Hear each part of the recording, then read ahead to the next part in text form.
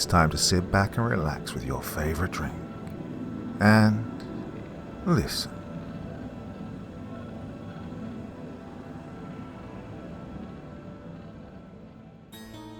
Something important was stolen from the Supernatural Protection Agency.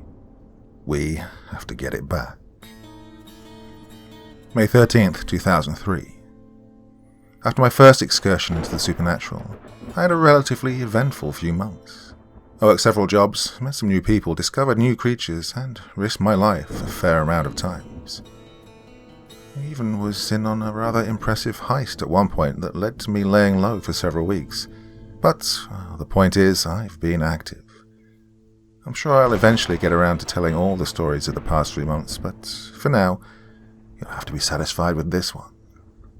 As I've said before, I've been busy working various jobs for whatever members of the supernatural community were willing to pay for it.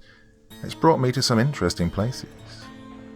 You know about the Wendigo Den in South Dakota? Well, since then I've been to a devil-worshipping cult's home base in Centerville, Texas, a haunted mountain town called Snowshoe, West Virginia, and my personal favorite, an exorcism in Ordway, Colorado. But, to be honest, even that pales in comparison to this job. It was a Tuesday morning and I was feeling good. A few nights ago I'd returned from a particularly difficult job, and by then the fatigue had worn off so that only the adrenaline remained. I'd long since moved from my apartment to where I now live, a little room above the Gold Tooth, one of the many benefits of having befriended Danny, the bartender. I woke up feeling rested and accomplished, and walked down to the bar to see if anyone was there this early. Hey, Danny, I yawned, nodding at him at his position behind the bar. Ever since I'd lived there, Danny always seemed to come in well before I arrived, and leave well after I'd headed upstairs. Morning, Charles, he replied, glancing up from a mug he was in the midst of washing. Agent Osborne phoned ahead early this morning, said he's come into town and wants to see you. Osborne? I asked, thinking back to my first job. What does he want? Danny shrugged. I didn't say. He'll be here around 10, though. I checked my watch and saw it was just 6. Oh, something about being around so many agents had rearranged my sleep schedule for me, and that was around the time I usually woke.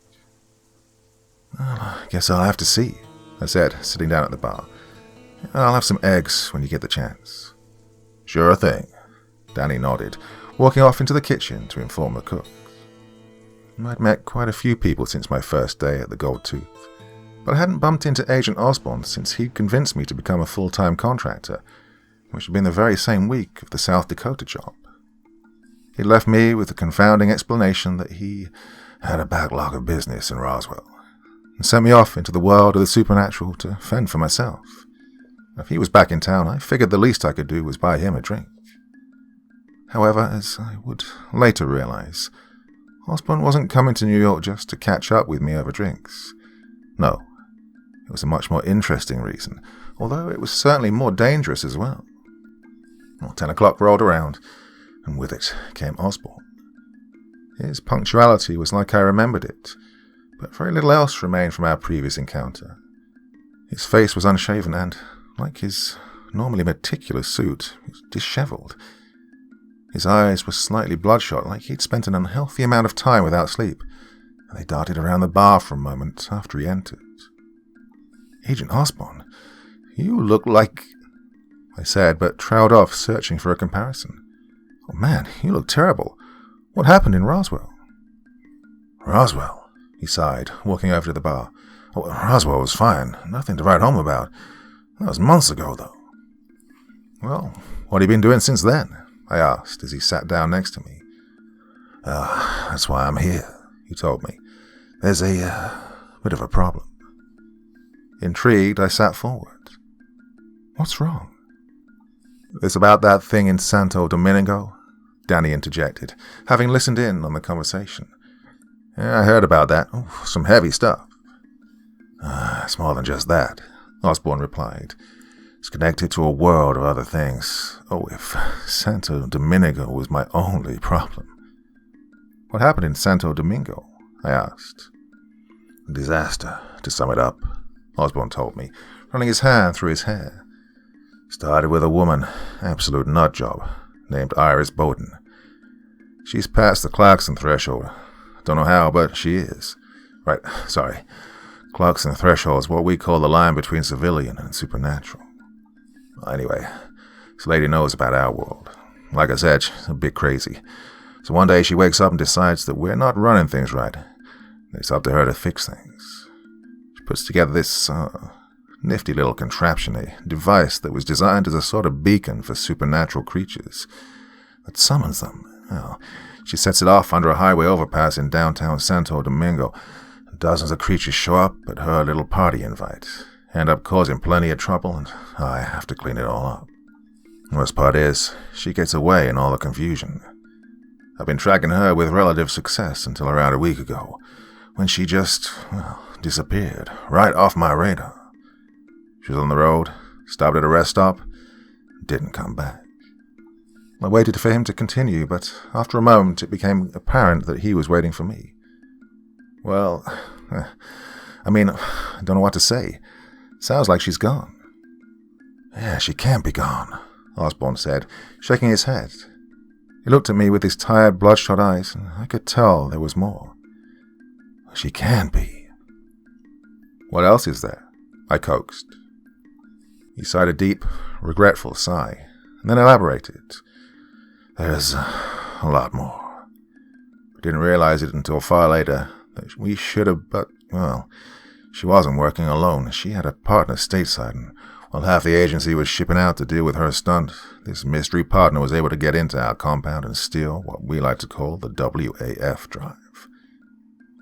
Why'd you call it that? I asked. Well, it's an acronym. It means if it ever gets stolen, we are all...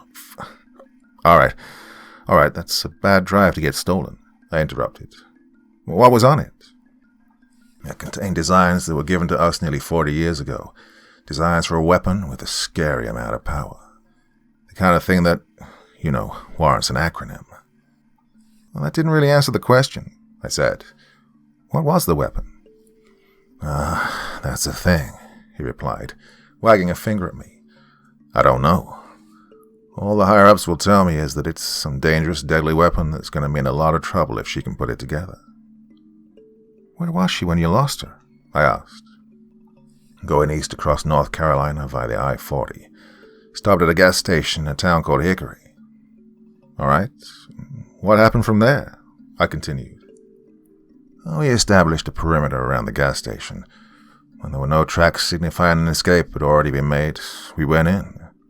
Spoke to the clerk, who told me she'd gone to the bathroom, and upon entering the bathroom we found that she'd vanished, disappeared. Nothing left behind?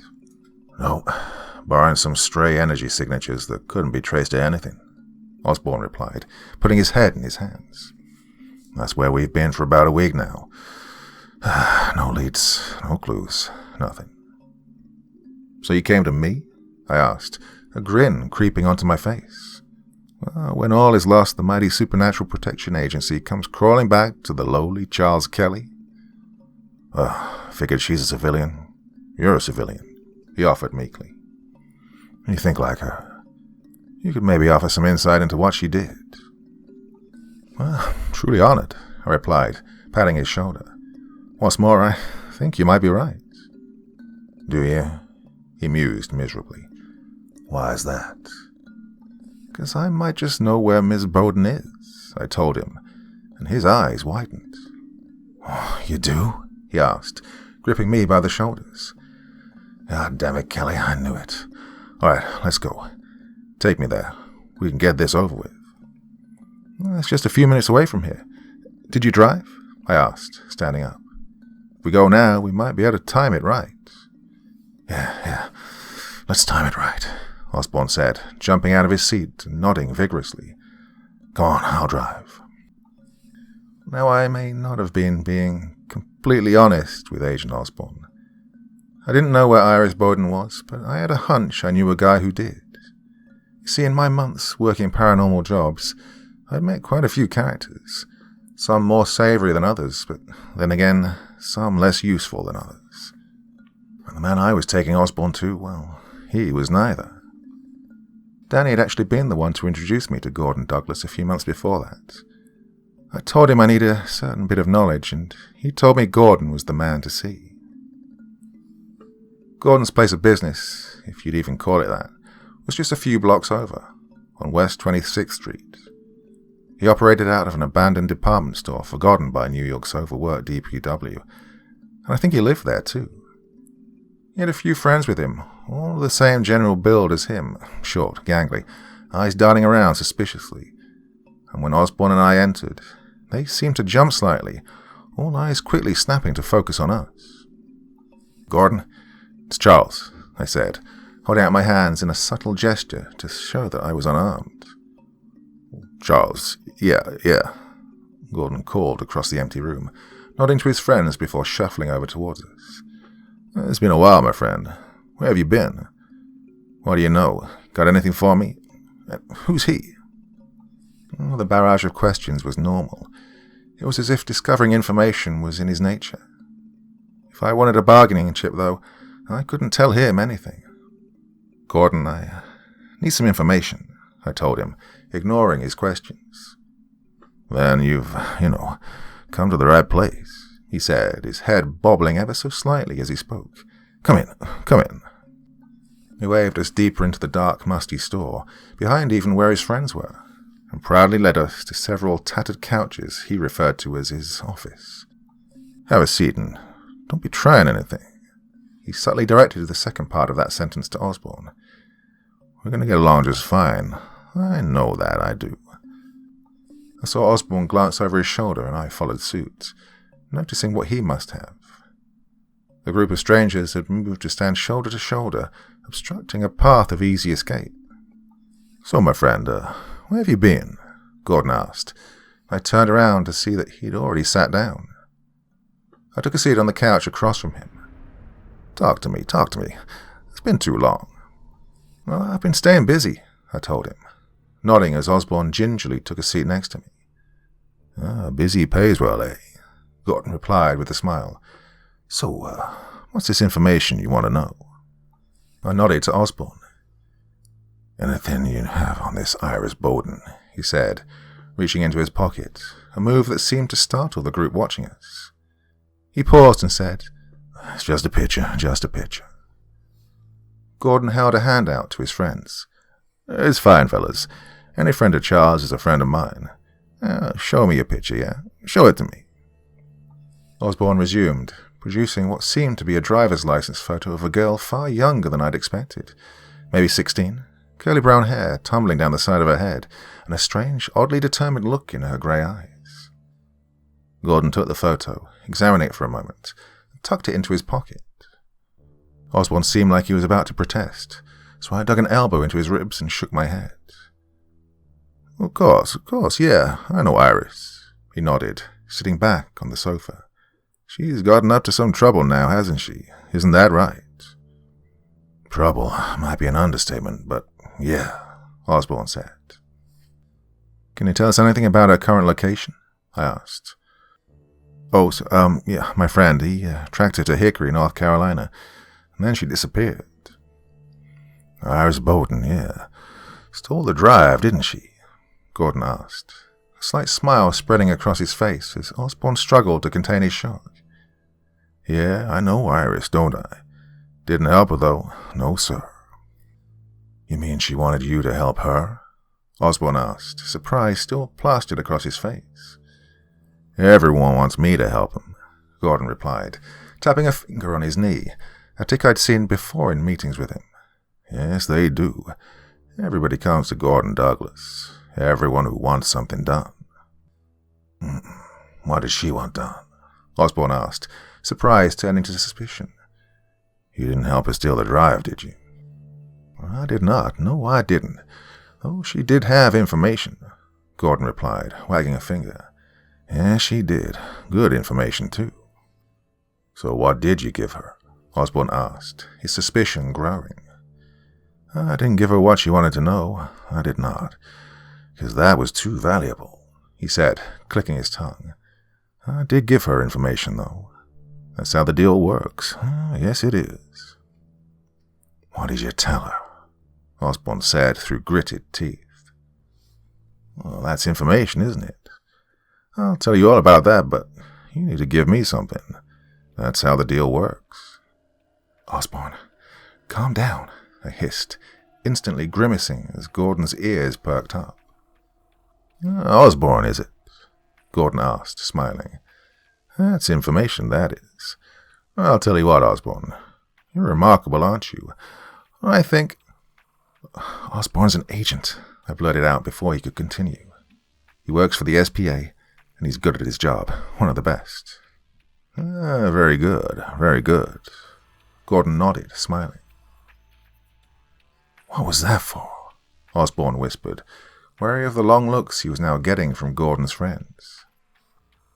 He was about to figure it out. You're well known in the community. If he figured it out on his own, it wouldn't have counted as information that we gave him, I replied. Isn't that right, Gordon? You're a tricky one, aren't you, Charles? He said, letting out a laugh. All right, I'll tell you where to find Miss Bowden. One thing, though, I can't tell you how to find her, as that's an entirely different story, yes. She's difficult to find, slippery, and that is valuable information. I nodded. All right, that's a deal. Tell us. After Gordon informed us of Iris's location, a rather surprising one at that, on the banks of Lake Michigan in Empire, Michigan, we hastily left.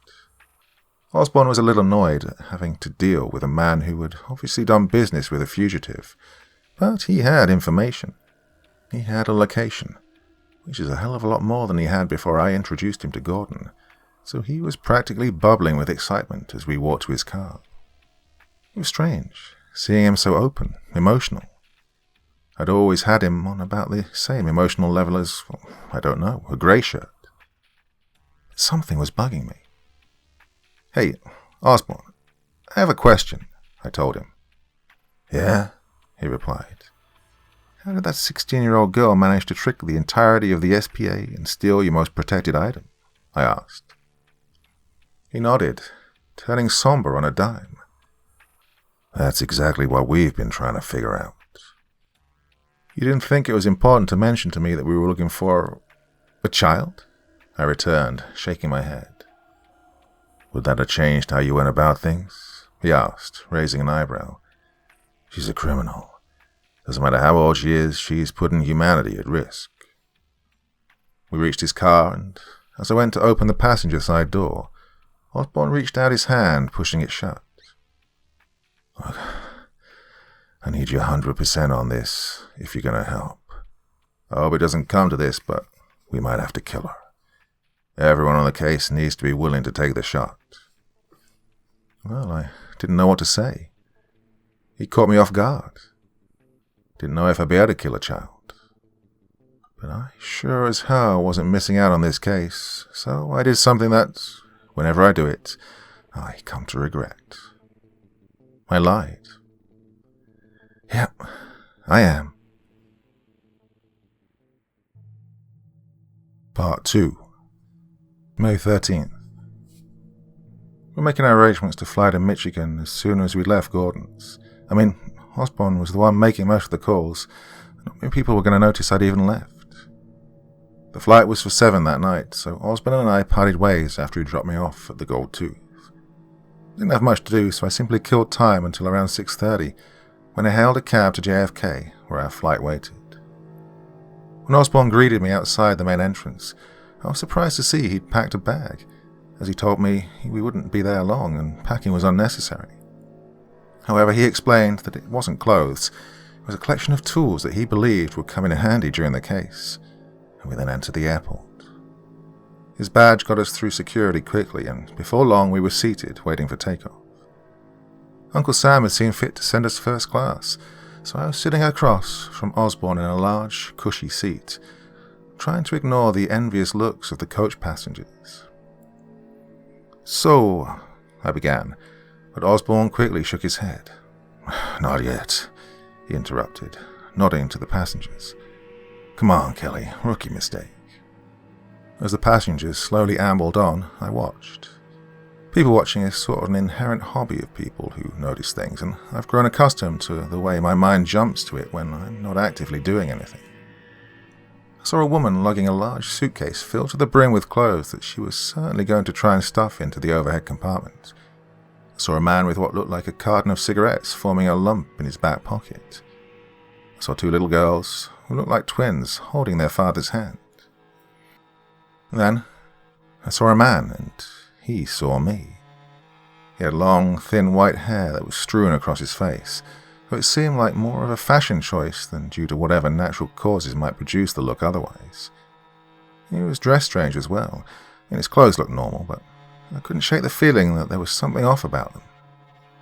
I couldn't figure out what to make of it, but before I could investigate further, I realized we were making eye contact and looked away quickly, cursing myself. Damn, he must think I'm a creep, I thought. I nodded hello to him, but he ignored the gesture, continuing on hurriedly. I shook my head subtly, closing my eyes. It wasn't long after that the boarding process was over, and mercifully the incident had slipped my mind by the time the plane took off. The sun was just beginning to set over the horizon ahead of us, casting rays across the tarmac and painting a golden aurora over us all. I gazed through the window at the sunset for a few moments, before sliding the window shut and turning to face Russell. "All right, now we can talk shop," Osborne said as I turned my attention back to him. "What we have here is what we in the business like to call a Class 4 scenario. Possible outbreak of supernatural knowledge with a country or large area at risk." "You think that's what this is?" I replied. "We're talking about a natural disaster." Not exactly." He wagged a finger. "But possibly. You just have to make sure that whatever it is, it doesn't happen." "Well, seems like a solid plan," I said, nodding. "Easier said than done, sure, but it is solid." Osborne chuckled. "You know, we hardly know each other, you and I. Have a family?" "Do any of us?" I mused. "No, even before, South Dakota, I didn't have much. Dad died a little bit after college. Mom followed pretty soon after. I was an only child, so I've been on my own ever since. I think I might have an uncle out in Dayton, but I've never met him, and my mom didn't like to talk about him." "Yeah, lots of people in our line of work have an uncle out in Dayton," Osborne told me.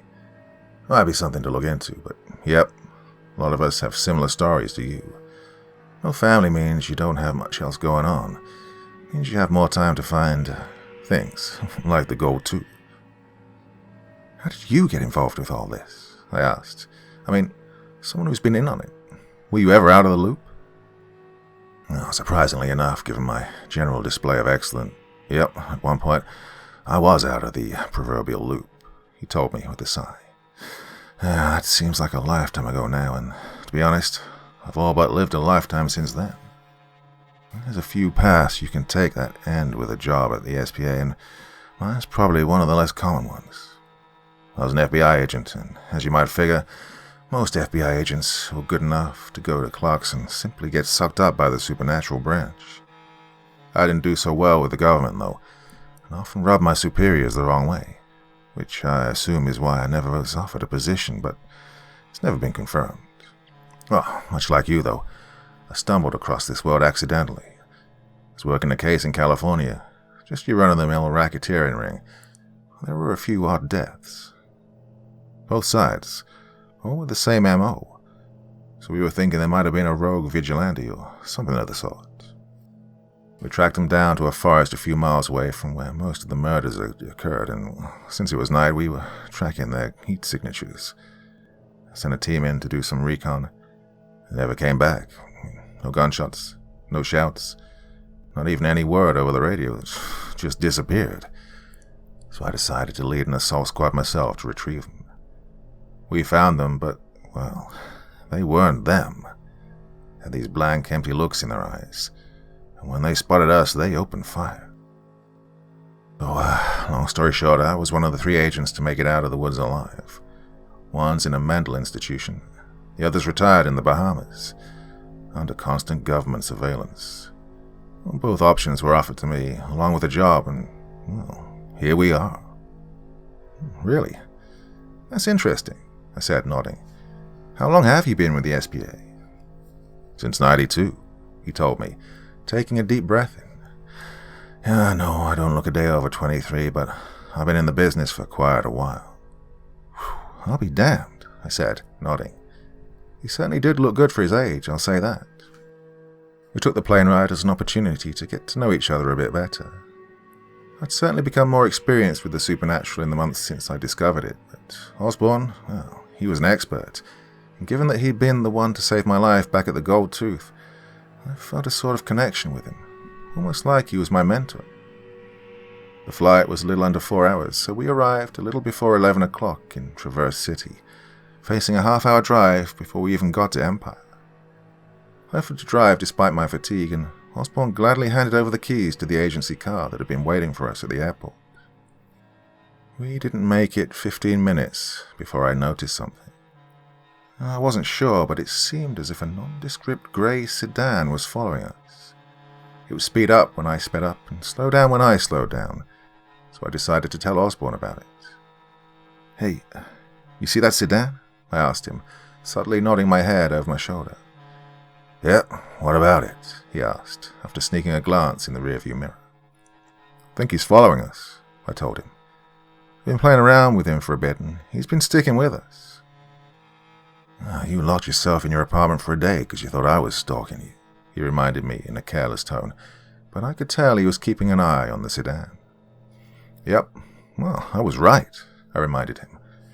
"I just thought it was weird. Is there any way we could be being followed?" "There's always a way we could be being followed," Osborne replied. "But with relation to the case, I'm not sure. There's the matter of Bowden's partner. Whoever it is remains unaccounted for. I'd say they're most likely the suspect, if it really is someone following us. But there are a lot of variables we can't factor in. Hell, it could be Bowden herself for all we know. Just keep driving. We'll see if they follow us." The car stuck with us for quite a bit, almost becoming worrying, but they turned off at the exit before Empire. I didn't mention it, but I saw Osborne visibly relax when the car was out of sight.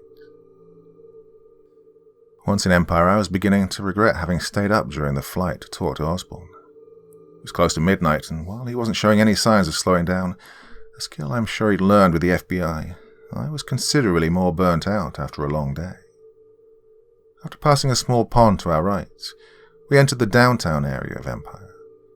I'm not sure how much of a downtown area any given village can have, but it had a comparatively dense concentration of stores and restaurants, breaking up the sparse houses intermixed with the forest.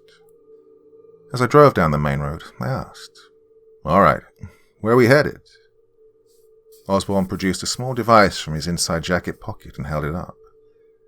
"This is a bit of technology we nav from the supernatural branch called a nasal wave scanner. Lights up when we're pointing towards something giving off excess telekinetic energy. We don't really know for sure whether or not it's Bowden's little scheme giving off nasal waves, but this is Empire. If the scanner goes off, chances are it's her." "And if it doesn't?" I asked. "We'll see," he replied, switching the device on.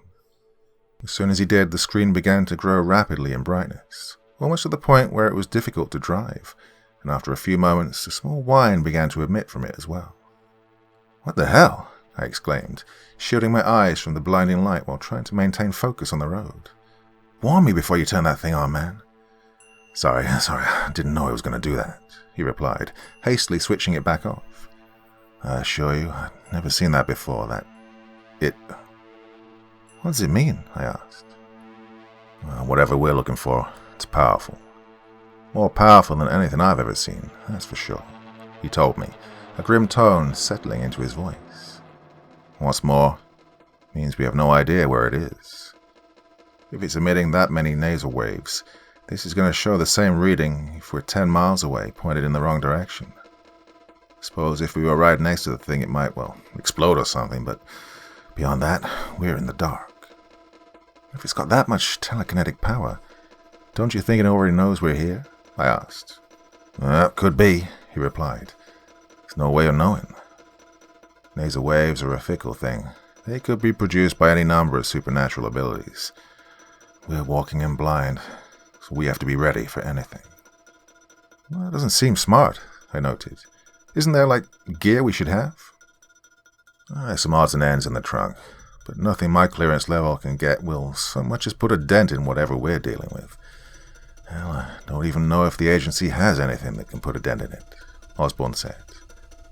We're just going to figure out what it is. The agency knows we're here. If we don't come back, they'll come looking, so we'll just have to get an ID on whatever we're dealing with and get out. I nodded. All right. Well, if we don't have a way of tracking Bowden, let's check out the place Gordon told us about, I suggested. I mean, the information's probably old, but it's as good a place to start as any. Good thinking. Osborne nodded. This road ends at a lake, so we just have to take a right when we hit it. I had an ominous feeling as we made our way down the road which, true to Osborne's word, culminated in the massive Lake Michigan. I didn't know what nasal waves were, but anything's bound to be bad in that capacity. And the fact that whatever was producing it was in the same town as a fugitive, not terribly comforting. The lake was calm as we drove past it, searching for any signs of odd activity. However, there wasn't much of any activity, supernatural or otherwise. In fact, outside of a man smoking a cigarette outside of a cozy little pub, we hadn't seen anyone. It seemed like Empire was one of those towns where everybody knew everyone, so staying out past 10 o'clock was the best way to get yourself talked about over the next morning's coffee. We drove on in silence, our focus solely on seeking out any oddities in the quiet Michigan night. Until, finally, we found what we were looking for. I don't know who saw it first, but both of us obviously had seen it long before either of us said anything, like we were hoping it wasn't the origin of the nasal waves. But, of course, it was. The massive floating creature standing out only slightly against the dark night sky slowly came into view as we drew nearer, and soon a form became visible. I didn't believe my eyes at first, but the closer we got, the clearer it became, until finally I had to slam on the brakes and stop in the middle of the road for fear of it noticing us. The thing, whatever it was, had the form of a massive humanoid, hovering in a cross-legged sitting position, hovering hundreds of feet above the treetops, the only aspect of it standing out from the grey skin being a glowing blue, hourglass-shaped symbol in the middle of its head. I gulped. Part 3. May 14th. The clock had crossed past midnight by the time we acknowledged the massive creature, which hadn't moved from its contemplative position since we'd noticed it. That... I stuttered, breaking the silence. That has to be it, Osborne nodded, answering my unfinished question. What else could it be? Maybe it isn't, I said. Maybe it's here to help? Yeah, that's likely, Osborne replied, opening the car door slowly. What are you doing? Are you insane? I asked, not taking my eyes off of the enormous being. That thing could blow you out of the water without batting an eye. You trying to get yourself killed? Relax, Kelly, Osborne told me. You think the car's going to do anything if it decides it wants us dead? When he put it like that, the decision made sense, so I turned the car off and joined him. The creature, whatever it was, continued to sit motionless in midair, the sheer size of it setting in as we watched. It was sitting down, so it was around half its size, and its legs hovering that looked to be, 100 feet or so above the treetops, and its head peaked above the clouds. It was easy to estimate the creature's height at over 800 feet. I heard a slight click to my right, and I glanced over to Osborne. I was surprised to see him lighting up a cigarette. You smoke? I asked. He looked at the creature for a moment, and then mused. You don't? I sighed. What are we going to do about this? Working on that one, Osborne replied, after releasing a steam of smoke. We might need to get a closer look. I know it seems suicidal, but the thing looks peaceful at the moment. There's no telling if we'll get a better opportunity. The more information we can send back to the agency, the more backup they can send. Does that really justify heading in blind? I asked, already knowing his answer. Yeah, it does, he said. Well, for me at least. This just got elevated from possible Class 4 to possible Class 6. It's my duty to get whatever information I can before this thing goes global. Risk to my life notwithstanding. I understand if you don't want to go, but I have to. All right, Lancelot, when you put it like that, I look like an ass for not going. I sighed, rolling my eyes. I'm not saying you should come with me, Osborne replied, holding his hand up in surrender with his cigarette pinched between two fingers. I'm just saying that we could possibly be dealing with a global threat. The morally reprehensible thing to do would be to investigate. Whatever, look, I'm coming, I replied. Morally reprehensible. Nobody ever cares about logically reprehensible. Shh. Osborne hushed, holding a finger to his lips as he tossed the lit cigarette to the ground, crushing it beneath his heel. He gestured to the creature. He might hear you. Oh, you think so? Do you think he'll hear me? I hissed as he began walking toward the forest, shrugging. Wonderful, just wonderful.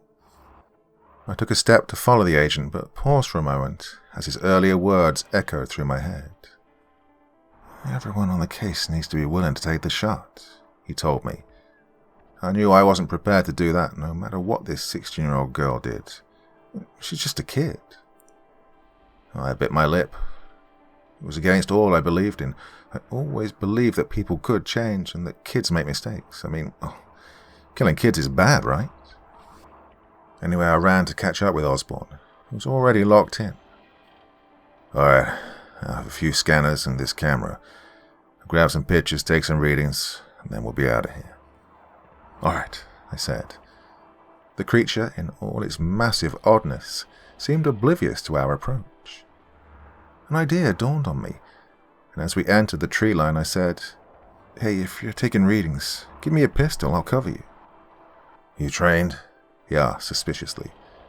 Well, I shot a Wendigo, I replied. I wouldn't say I'm an expert, but I know my way around a gun.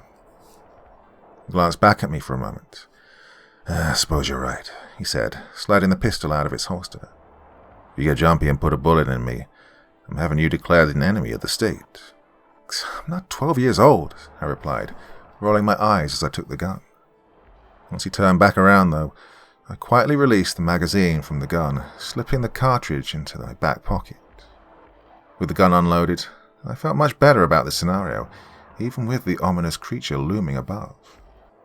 The nearer we drew to the thing, the more the woods were illuminated by the ghostly blue glow cast by the shape on its forehead. It gave everything a very otherworldly feel, the trees standing out like pillars against the blue-tinted ground.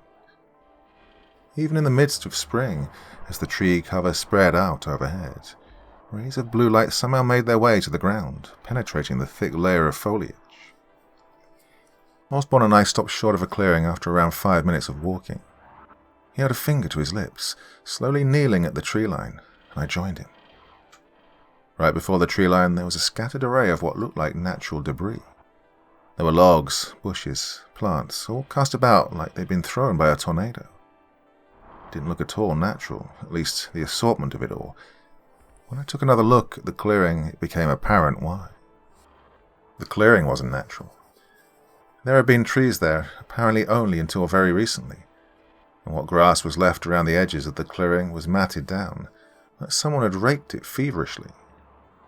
The stuff in the middle, it seemed blackened, charred. Well, it didn't take a monumental leap in logic to think that the creature's appearance had created this clearing.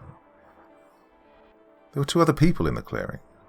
They stood at the other end, like us, tucked away in the tree line, and hidden so well I wasn't even sure Osborne had seen them. When I glanced over to him, though, I saw that his eyes were cast upward, the small camera at his side forgotten. When I followed his gaze, I stumbled back slightly. I hadn't realized how close we'd gotten to the creature since it had been obscured behind the tree cover, but it was there, right above us. The creature stared down into the clearing, its body extending high into the sky, demonstrating how massive it really was. Now, contrary to Osborne's prediction, there was no new information to be gleaned up close. The creature was just, well, there. After a moment, Osborne lifted the camera to his eyes and snapped a picture before looking over to me. "Oh, I hope we got his good look inside," he muttered, before tucking the camera into his back pocket and pulling 2 scanners out. First was the nasal wave scanner from earlier, but I didn't recognize the second one. He turned that one on first, speaking as he did so. "This tracks the amount of Ninsite particles in the air," he said. "Ninsite, well, it's hard to explain. Guess the easy way to say it is that it's an element that only naturally occurs in the space between universes." The dial lit up when he switched it on, and the small needle jerked to the right, hovering a little past the halfway mark, and Osborn nodded. "Whatever this thing is, it's not supposed to be here. It's not supposed to be anywhere, for that matter. There aren't many creatures that come from the space between universes that just want to talk." "How does something come from the space between universes?" I asked. "It's complicated. I'll explain later," Osborn told me, switching the sensor off and putting it back into his pocket, turning his attention to the nasal wave scanner. I know it's got nasal waves coming out of his ears, but I want to know how much. This is a pretty solid range, so we may be able to get an accurate reading. "Wait, I began, but it was too late. Osborn switched the scanner on, and as soon as he did so, the thing blew up. Not like a bomb, but the sheer amount of nasal waves clearly fried the circuits, and a shower of sparks cascaded over Osborn and onto the ground. I scrambled backwards as the sparks caught hold of the dead brush we'd hidden ourselves behind, quickly spreading. Osborn was patting the small frames that had cropped up on his clothes, so I rushed back forward and pulled him away from the flames. And then I looked up and I let go of Osborn. I began walking backwards, my eyes fixed upwards, and Osborn paused his attempts to smooth his uniform. "What?" he asked. And then he looked up and saw what I saw. The creature had moved for the first time, and it was staring directly at us. "Go, go, go!" I shouted, taking off sprinting away from the clearing. I tore through the forest, branches whipping past me as adrenaline pushed me to get as far away from the creature as I could. "Wait, Charles!" Osborn shouted, but nothing he could say could possibly convince me to stay anywhere near that thing. I was so intent on escaping, in fact, I had no idea when Osborn's magazine slipped out of my back pocket, tumbling into the brush, hidden from view. After a few minutes of all-out sprints, I burst out of the forest, re-emerging onto the empty road where we'd left the car, Osborn following not too long after. "Where the hell are you going? What are you doing?" he exclaimed, walking over to me as I bent over, panting. "Never go running off like that. You're going to get yourself, or me for that matter, killed." "The thing, it was staring," I tried to argue, gasping for air, but my fatigue prevented any coherency. "Oh man, you're in good shape." Osborn rolled his eyes. "All right, we're both alive. There isn't much more information we could all learn. We have readings, now we just have to send them back to the agency and wait for reinforcements. Here, I'll take my..." He trailed off. I looked up to see what had attracted his attention, and saw 2 headlights piercing through the darkness.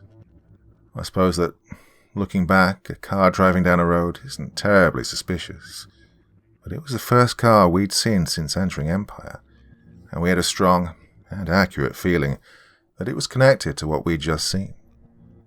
The car passed our abandoned vehicle without slowing down, drawing closer to us. I turned around and saw that the massive creature in the sky still stared directly at us, and I gulped as the car drew nearer. It stopped when it was around 10 feet in front of us, the headlights a glaring bright light in the darkness, blinding us. I shielded my eyes. "Who are you?" Osborn muttered to himself, and out of the corner of my eye I saw his whole body tense. Then the passenger side door opened and someone stepped out, their figure a mere silhouette behind the beams of the car's lights. "Come in, gentlemen," the man said, walking out in front of the car. "I believe we have a lot to discuss." "Who are you?" Osborn repeated, this time directing the question to the man. "Agent Dexter Watson," he replied nonchalantly, producing a badge from his pocket. "The supernatural branch of the FBI."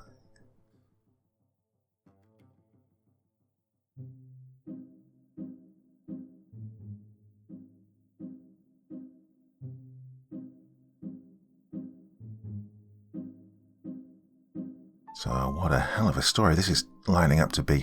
So that's parts 1, 2, and 3. Couldn't quite get it all recorded for this evening, but I promise I will be finishing that one off on Wednesday evening. Yes, can't wait for too long myself to hear the rest of that one. Well, that's a follow-up to a wonderful Wendigo story I did a few months ago. If you haven't heard that one, then I'm putting a link in the video description because that is well worth it as well. Whew. Well, like I said, warming up to be a fantastic story. 2 more parts to come, and I'll probably put the whole thing together on Wednesday evening for you in one long video because I know how much you like it. Well, that is enough for me for one evening. Whew. Back again soon. Till the next time, my dear friends. Sweet dreams and bye-bye.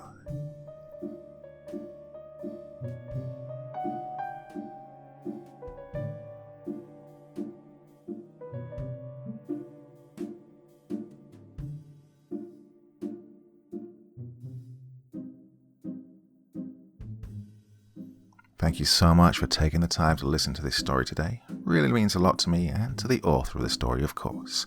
Well, if you want to know more about me, I'm pretty much everywhere on social media. You can find me on Facebook, Twitter, Instagram. You can download my music on SoundCloud. I've got a Patreon if you feel like. Throw me $1 or $2. Very much appreciated. And of course, on Reddit, I have a place where you can leave stories if you want me to read one that you've written. Well, hoping to see you all again very soon. Till then, sweet dreams, and bye-bye.